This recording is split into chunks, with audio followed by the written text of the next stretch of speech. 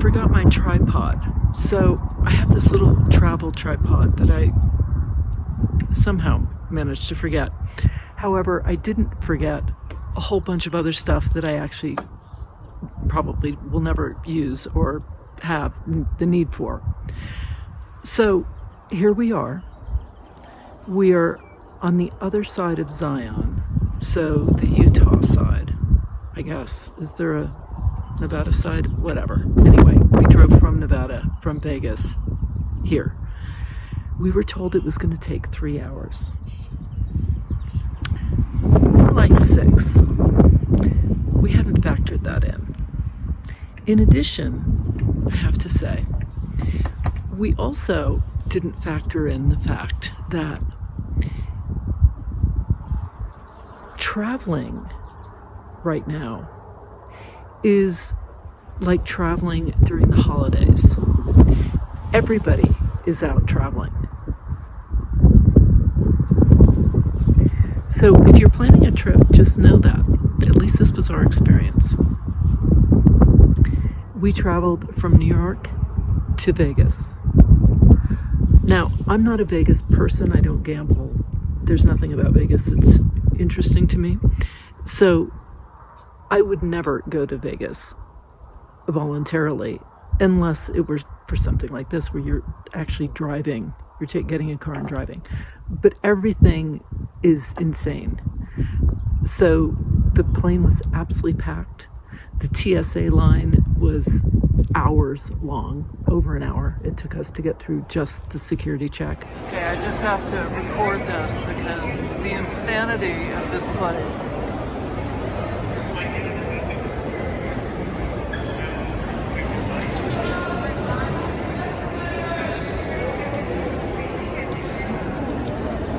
The new traveling, the new normal.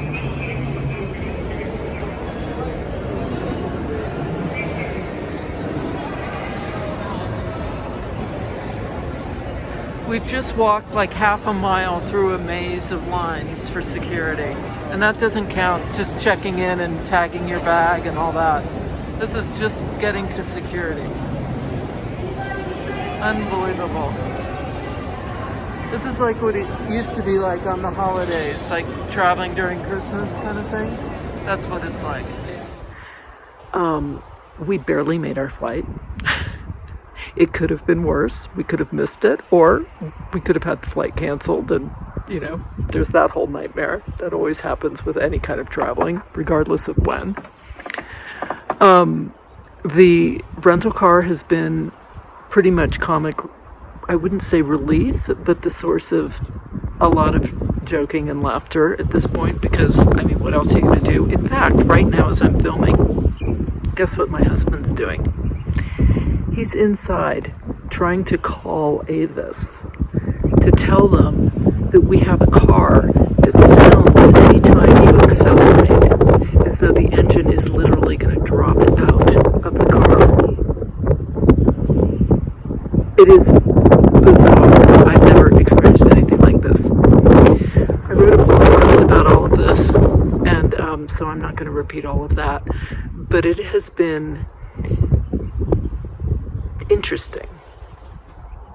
Now, I'm going to cut in some filming that I did of when we got to the first place on our way to Zion that's called Fire Valley. Absolutely gorgeous. So pretty.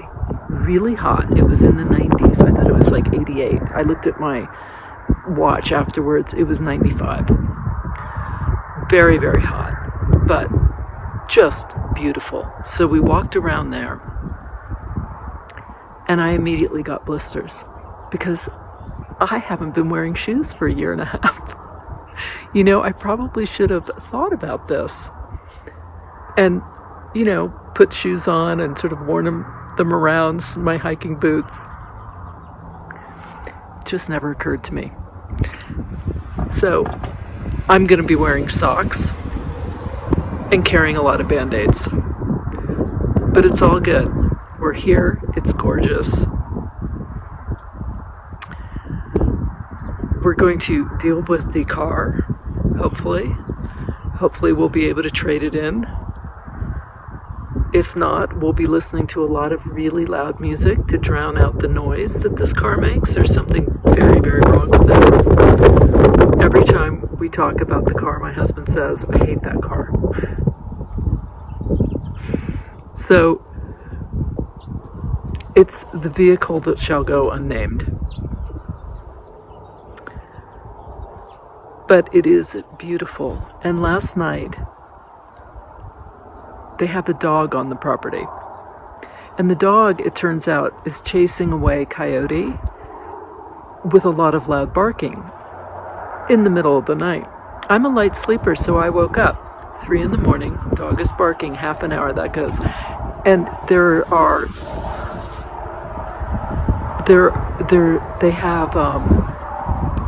they have horses, but they also have chickens running around, rabbits.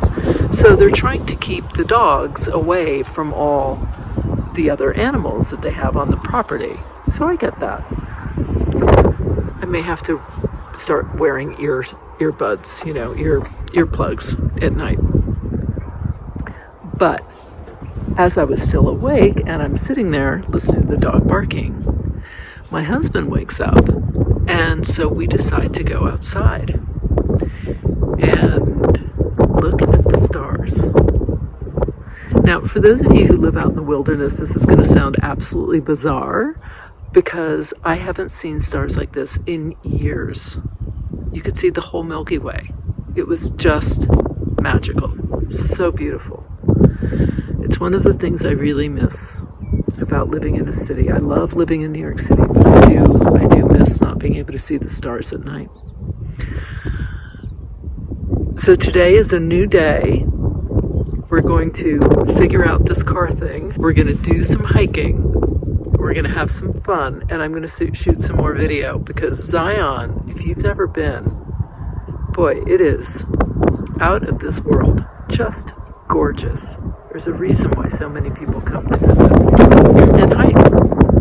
It's just really beyond words, amazing. Okay, our first walk.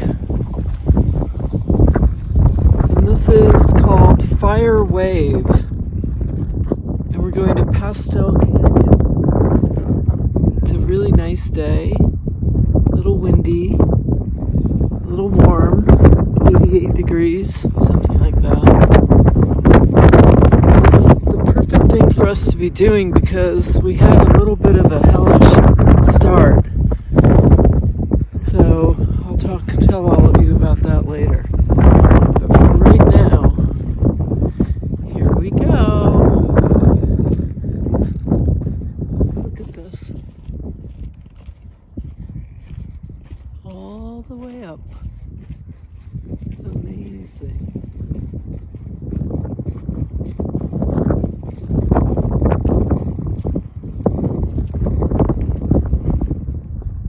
So there it is. And then look.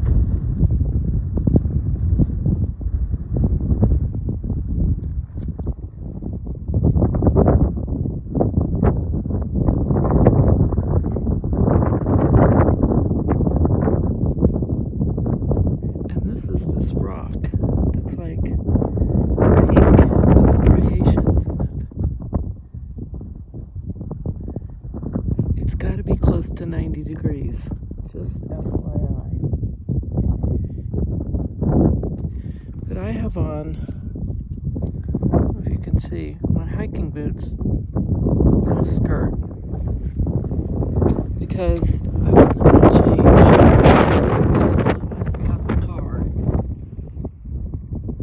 Made it here. Pretty cool. Check this out.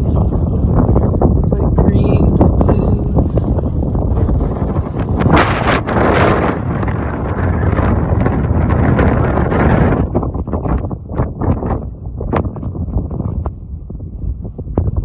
Coming up on a little stitching bench. See, it's perfect. It's in the shade. There's a little wind. You can sit here, kind of contemplate life.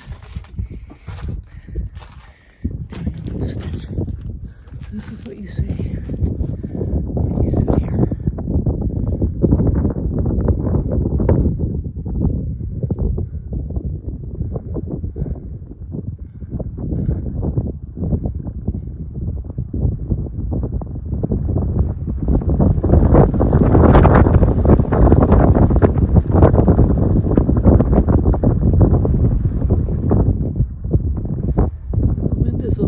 Fierce, and it's quite hot, so I'm going to be eager to get back to the car and grab some water.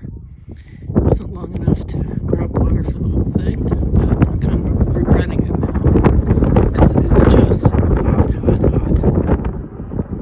I hope you enjoyed my little video, and I haven't done one bit of stitching. Not picked up a needle, just took out my little bag and looked at it, and last night was so tired, just said, nope, I'm not doing anything. So we'll see how much stitching I get done on this trip. But until next time, if you're stitching, I'll be thinking